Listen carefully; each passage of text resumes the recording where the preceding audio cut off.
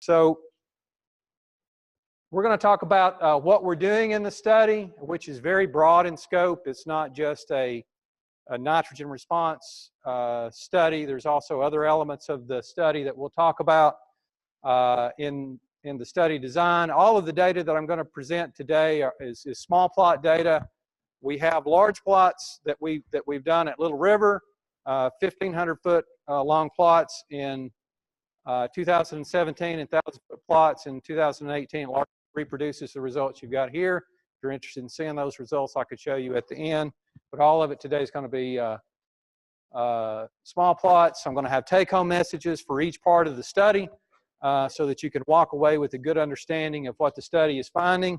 And then I'd like some open discussion at the end so that we can, every year I do the study for the Department of Agriculture for you all, I try to add an element to the study. And so we'll talk about some of the things that we're going to do to add to the study in 2019. I'd like y'all's input on that.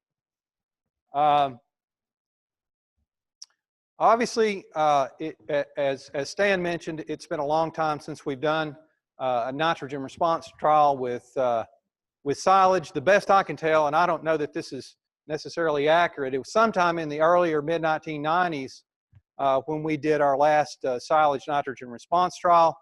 Obviously, we've been conducting the corn grain trials in the meantime and using those results for silage, but it's been quite some time since we have done that. So this is part of the reason, obviously, to do the research, to update these nitrogen recommendations. In the time since we've done our study, silage yields on average have increased about 25%. So obviously, that's part of the reason that we would need to update our recommendations. And we have a lot of new silage varieties, and has had some question. One of the components of the study is how is our silage quality with these new varieties, and do the nitrogen amendment rates affect the silage quality? So that was part of the study. We know from our variety trials that higher yields are possible with silage than what our upper recommendations are currently for nitrogen, and this is the corn variety trial data. 4 out of 14 years, our average and median yield across all the varieties that we tested was quite high, above 25 tons an acre. These are our current recommendations for nitrogen for both corn grain and corn silage. We have 5 tiers of recommendations for grain, and that's a function of the grain yield. It ranges from 120 to 240 pounds of nitrogen per acre as your yield increases from 100 to 125 bushels an acre up to 200 to 225 bushels an acre. These tiers are not matched currently in our silage recommendations. We only have 3 tiers there, and the nitrogen amendment rate peaks at 180 pounds of nitrogen per acre. The way I've set this table up here, I've drawn lines where we have roughly equivalence between the grain and the silage yields using a conversion factor. And so you can see that the grain equivalent yield for silage at above 25 tons an acre, our nitrogen recommendations are a good bit less than what they are for grain. So obviously this is the main reason that we're conducting the study. Another element of the study that was requested, and this came specifically from John Harrison, was that there was a consensus among dairymen that perhaps the P and the K removal rates for silage were higher than what our reference values were. So we wanted to take samples of our silage and measure the P and K removal rates so that we could figure out, are we removing the amount of P and K that we think we are with this crop? So I've got here different reference values for the removal rate for P2O5 and K2O for phosphorus and potassium. And the key ones and the ones I'm going to compare against today are the values that are used in Manure Management Planner. I'm focusing on that because many of you have nutrient management plans. And so when you flip through that plan, you're going to see predicted removal rates for P and K. And we need to know whether or not those are accurate. So that's what we're going to compare it against. In the case of phosphorus, obviously that determines manure application rates. on fields that have very high phosphorus concentrations. We did try some corn silage in deficiency testing. You all are probably familiar with these technologies. They're not new. Green seeker and spad meters are both a way of just measuring the greenness of the leaves of the silage. One of the things that we noticed in corn silage, you can look at it and there's obvious differences in greenness as a function of fertility level. So we wanted to know, can we and can you all use these techniques to tell whether or not you have a nitrogen deficiency? That's important. For example, if you put manure on at planting and you're not confident that the nitrogen has become available, then you could use one of these tools, perhaps at V6, V4, V6, to decide on how much additional nitrogen that you needed. So we did test these, and in addition, we tested a corn earleaf sample. So we directly measured the nitrogen concentration in corn earleaves from our plots across all of the replicates, and we have those results we'll talk about today too. This is the study design. This is photographs of the plots from 2017 at Plateau.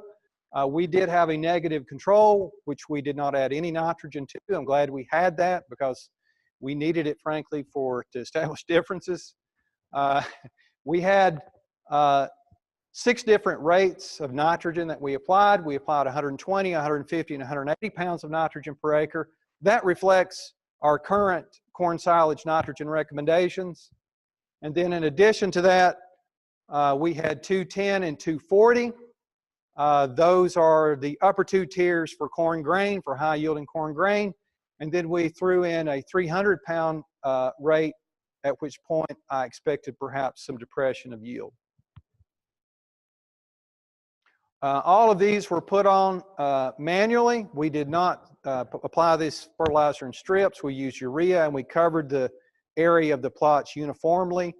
And that was both at planting, at what time we put down 80 pounds of nitrogen per acre, and then the additional nitrogen was also urea with Agrotain, and we put that down at V6 to V8. So we'll talk about the yield and the silage quality first. These are, so I'm not going to present you the graphs from each individual research and education center, each rec. I'm going to average all of those. This is the average of the averages. And this is the yield in tons per acre at 65% moisture. I've got this graph annotated with our current recommendations, which are 120, 150, 180 pounds of nitrogen at these tiers at 15, 19, and above 25 tons per acre. And then the values across the x-axis are the pounds of nitrogen that we applied in the plots. So we conducted these experiments at 4 different research and education centers. So that's the average and the standard deviation of 4 results. And this is the statistical analysis of those results here at the bottom. And you can see that there was basically no difference in yield across that huge span of nitrogen application rates.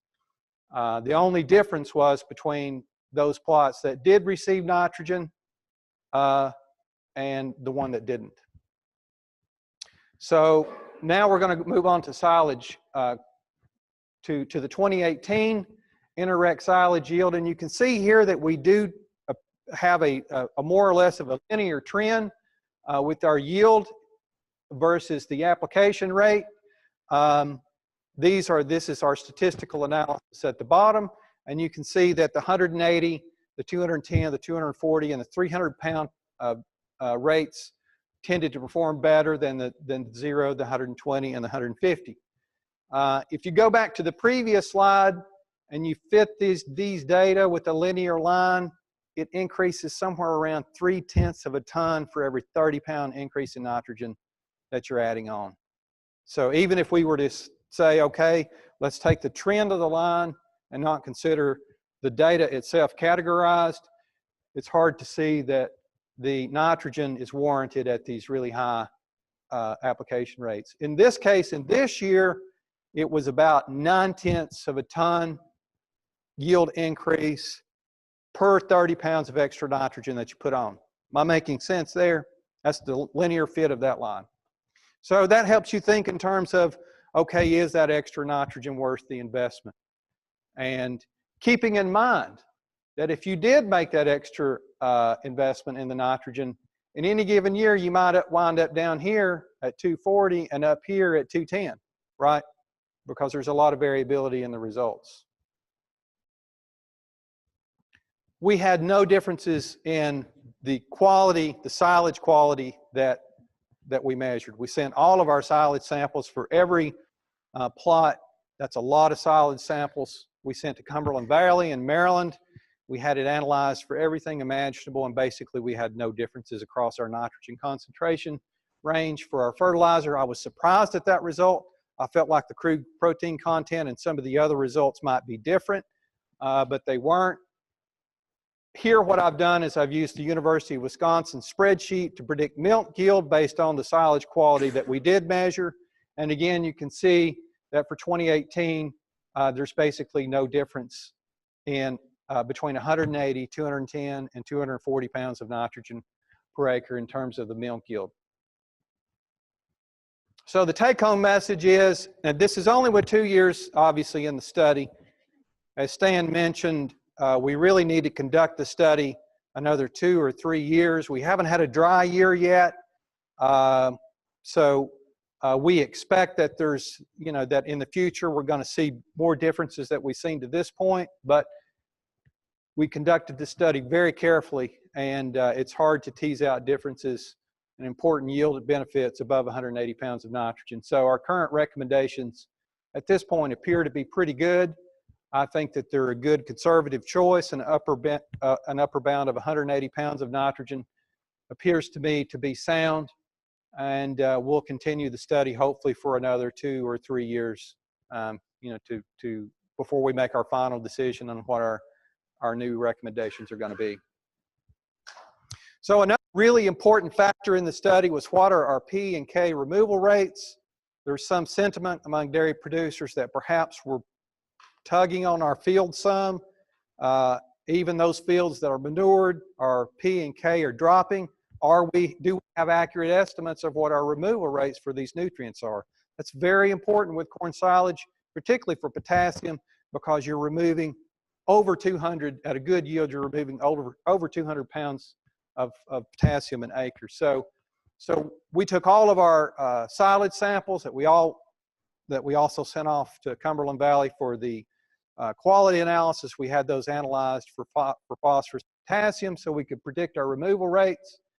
And I'm only going to show this graph one time. The interesting thing was that for both P and K, at any given location, there was no difference in the phosphorus and the potassium concentration across our different experiment stations. So for example, in 2018, when we conducted our study at Little River, you can see that these results, the bars in black, they're all the same. There's no statistical difference between those in terms of the phosphorus concentration.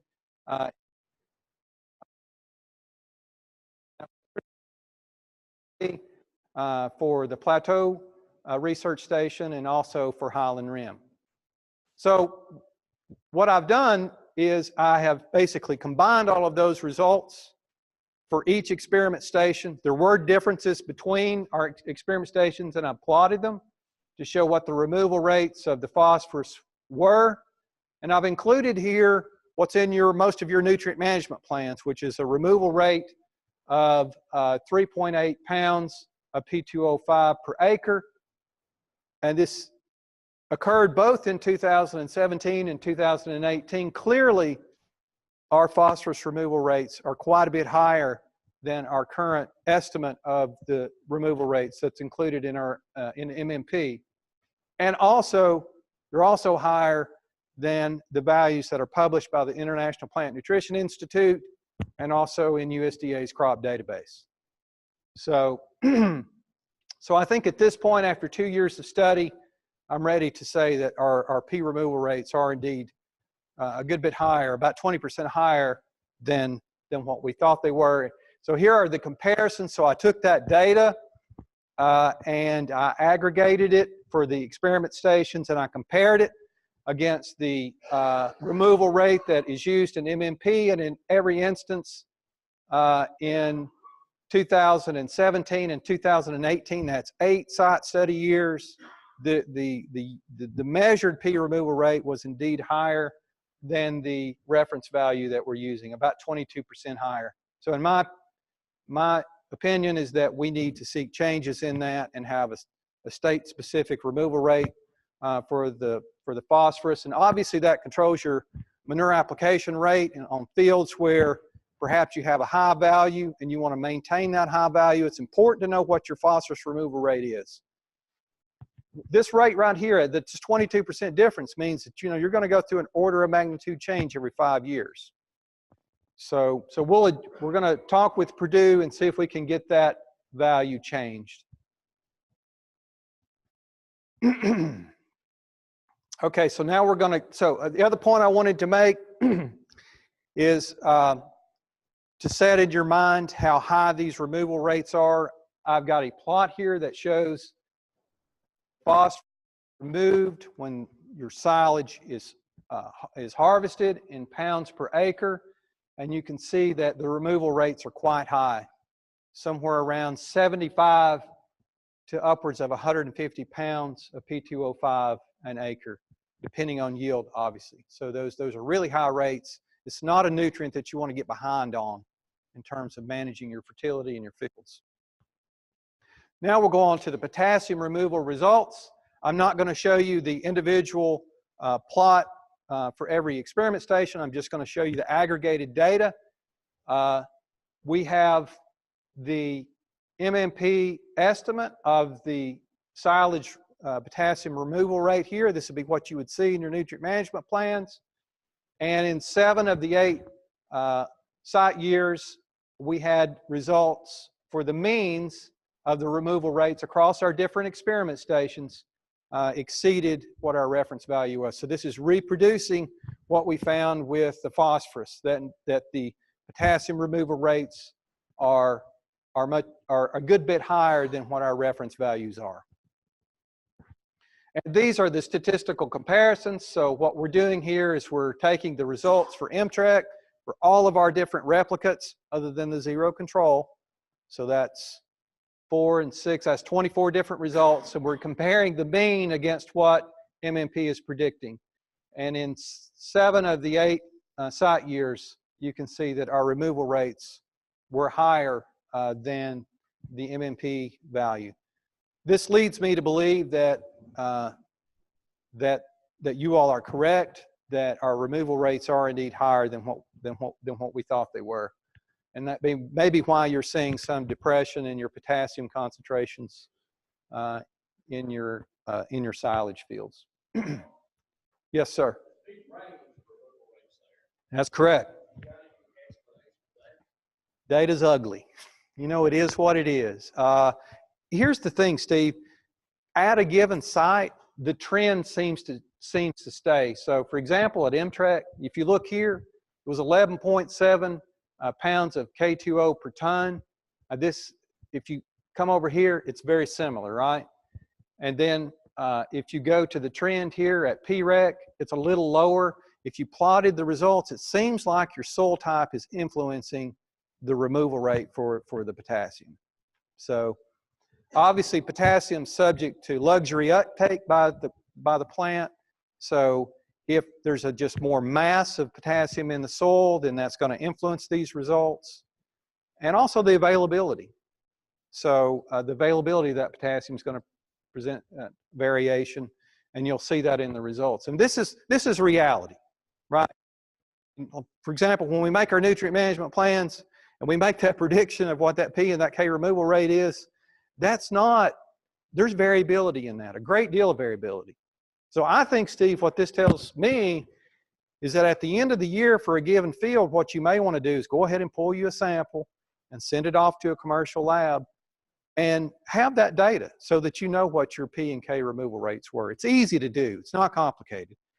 You dry the sample, send it off to them, they measure it, then you just correct it for your average moisture. And then you'll know where you were in terms of your P and K removal for that particular year for that field.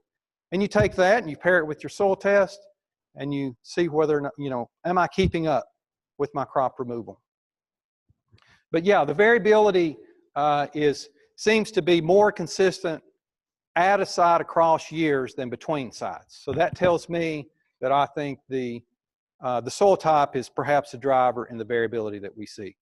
And of course, in MMP or any other estimates, you need just one value, right, that you're gonna use to estimate your removal. But really, the truth is it varies between locations and between your farms.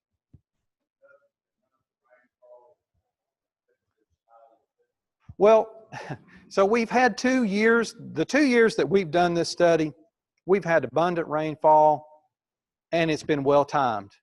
And we've also had, in between those rainfall events, we've had good, you know, we've had ideal production. So for potassium at rainfall, no, not that I'm aware of. I don't believe that would influence your results, unless you've had what we've had the last 2 months, which is whatever it is now, 30 inches in the last 2 months. But no, sir, no, it's not driven by that. It's insoluble in the soil. So I've also taken those removal rates, I've combined it with the yields for those experiment stations, and I've plotted here the total removal rate for the potassium in terms of pounds of K2O per acre. And obviously these are really very large removal rates. There's no way that we can afford to buy commercial fertilizer to keep up with silage potassium removal rates. So this tells me, it emphasizes to me that your manure must go back to your silage fields, because you wouldn't be able to afford to produce the crop if you had to replace that with commercial fertilizers. So a rate of 200 to 300 pounds an acre. Rick is here. I'm not sure what's potassium per unit now. 40 cents or 50 cents? Okay.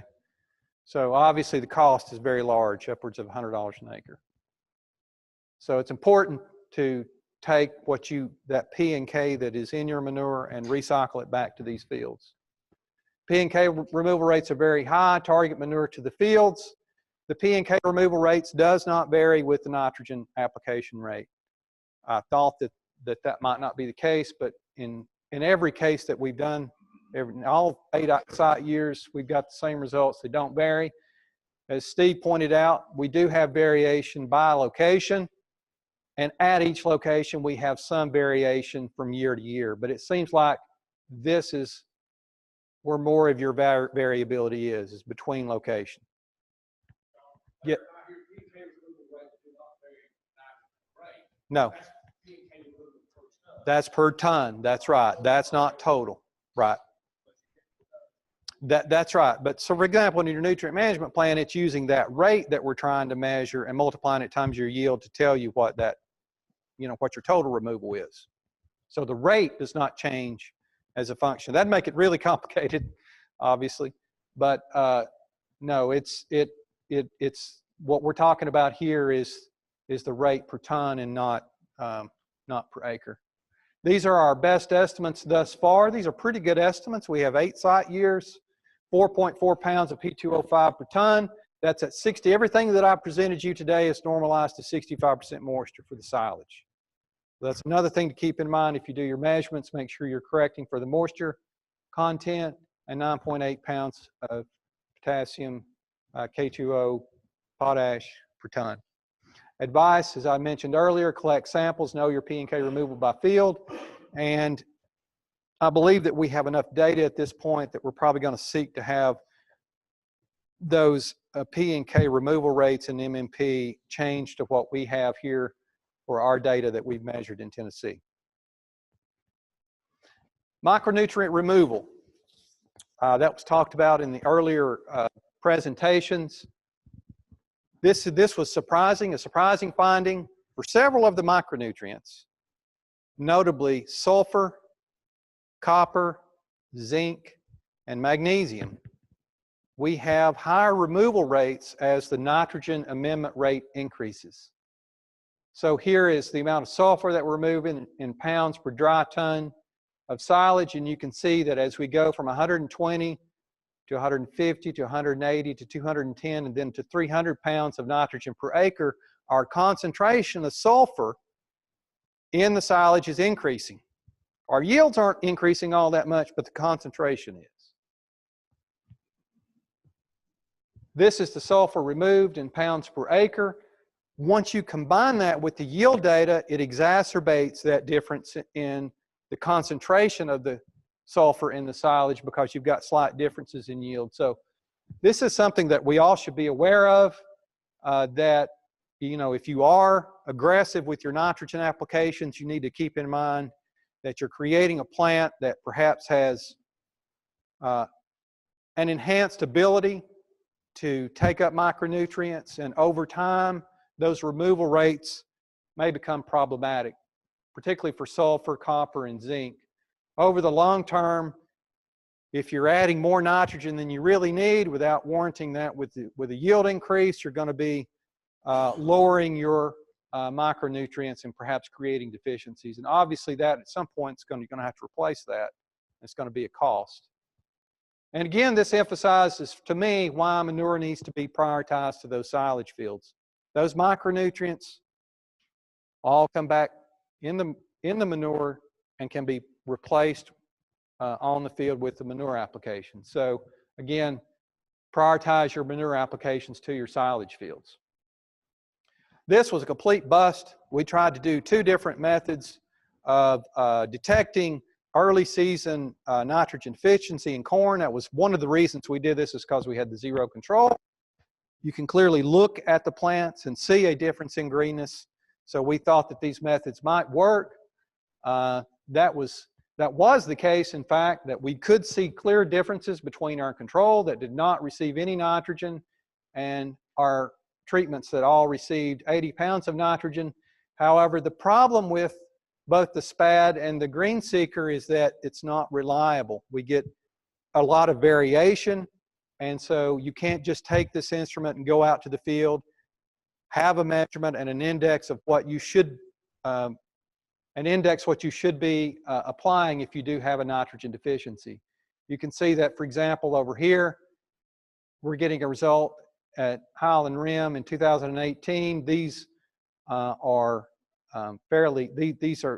nitrogen concentrations that are fairly high, and the results are much different than they are at PREC. So the only way you're going to be able to use these tools, in my opinion, is you're going to have control plots where you have excess nitrogen applied in the small plot area, and also a zero control. And we got the same results with green seeker. The results are unsatisfying because of the high variability and also because of the inconsistency in the readings between years. Both of these instruments were calibrated before we made every measurement. So the take-home message is, it does not appear to me that green seeker and SPAD are any better than just looking at the corn, quite honestly. I mean, we could look at the corn in our plots and see our different nitrogen amendment rates much better than we could looking at the data. So the variability leads to insensitivity, and if you are going to use these methods, you're going to have to make sure that you include baseline plots where you don't have any nitrogen and plots where you have excess nitrogen, and you'll need to use those for reference to make a decision. Late season nitrogen efficiency, we did that with corn earleaf nitrogen measurements, and that didn't work very well either. In most cases, in not every case with our zero control, were we able to measure low or deficient concentrations of nitrogen in the earleaf. I've got a plot here of the results, and you can see at Highland Rim, for example, all of our concentrations were high, even for the zero control in 2017. What I'd like for you to focus on in this is our current upper threshold recommendation for silage, which is 180 pounds of nitrogen per acre. All of the results there are sufficient or high, both in 2017 and in 2018. We were able to detect deficiencies, oddly enough, at Highland Rim the next year, whereas the previous year we had high results. So there's a lot of variability. Going back to Steve's question about variability, there's a lot of variability in the corn earleaf nitrogen concentrations too. So I don't think it's a particularly good tool for assessing nitrogen deficiency. And obviously we're collecting these samples at silking. That's too late to take a corrective action, right?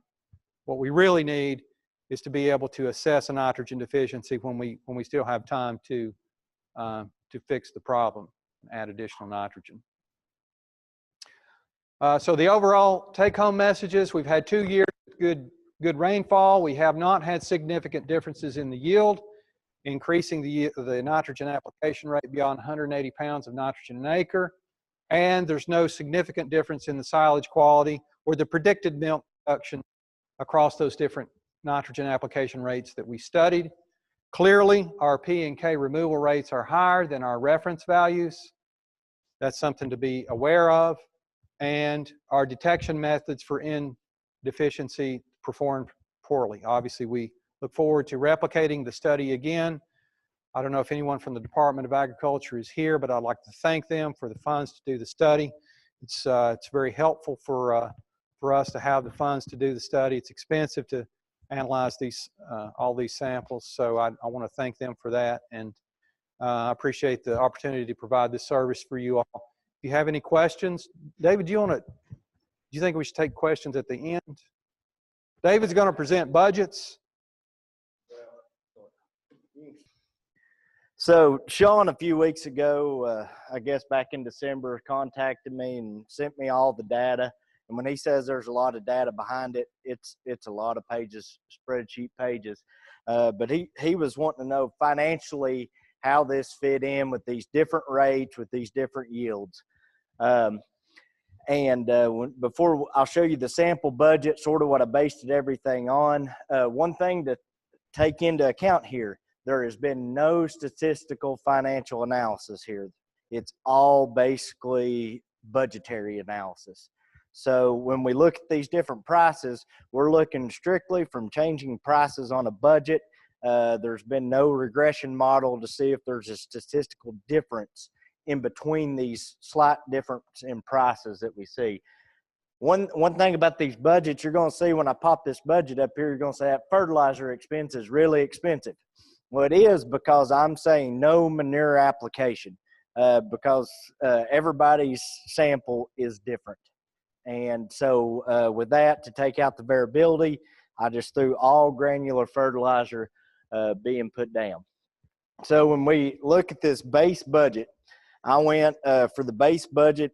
I took the UT medium soil test, but going for the high yield. So it's the 180 pounds of nitrogen, phosphorus of 100 pounds, and potassium of 200 pounds.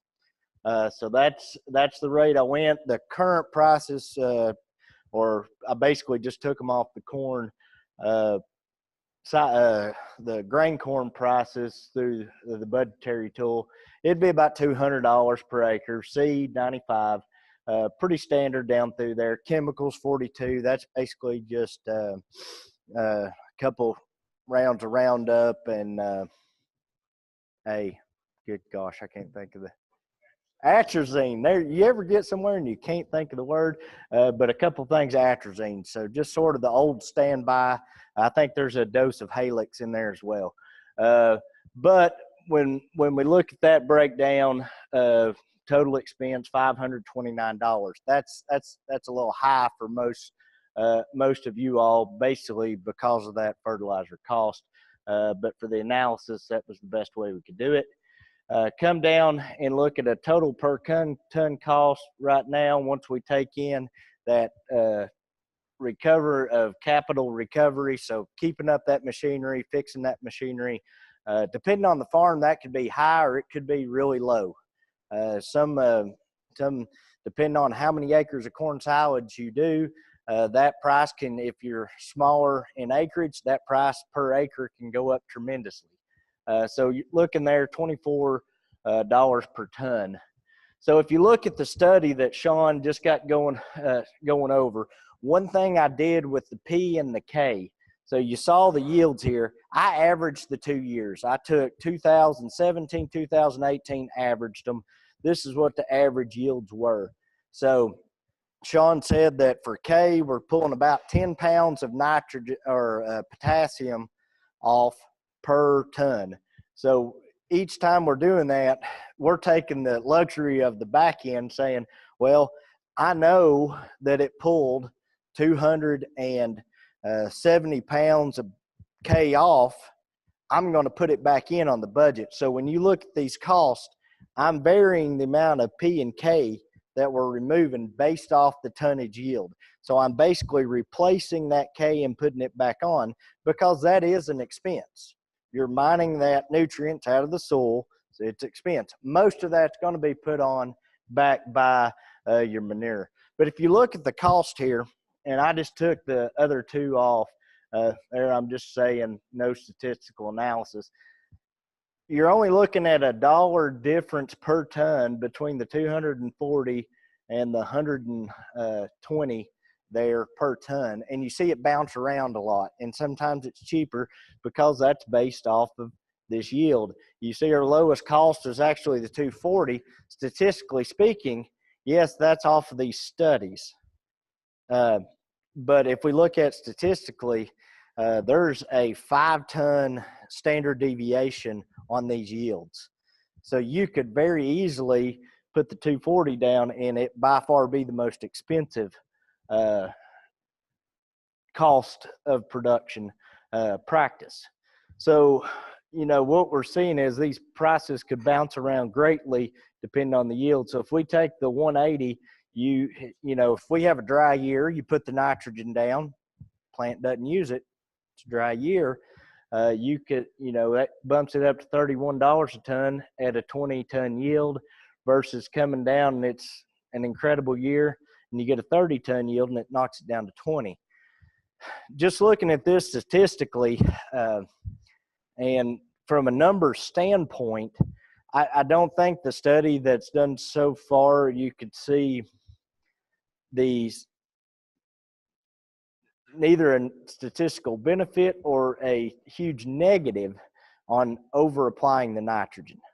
I think one take home from this is timing of application of the nitrogen and being more efficient on when that nitrogen's being put down on that crop to where it's got a better up chance of taking it and different methods of applying that nitrogen. Could be a take home message there to where basically just be more efficient. But right now with the 2 good years, the growing years, there's not a huge difference in variation in price. If you see these bold numbers, that's what the cost was at each range for the actual yield that each study had over the past 2 years. But we really need a dry year in this study. Now, hopefully don't have a dry year. I don't want that dry year. But for the study to really see it, because I think you could start seeing a Ewing effect here happen where it's higher on the lower end of nitrogen and it increase your yields aren't quite as good on the high end.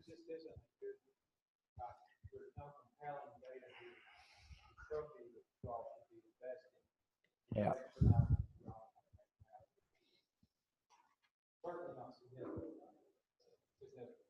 Yeah.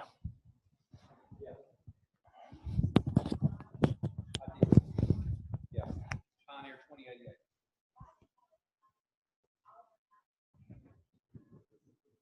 We didn't. We split it. No, we put 80 down at planting, and then the difference was put down at split.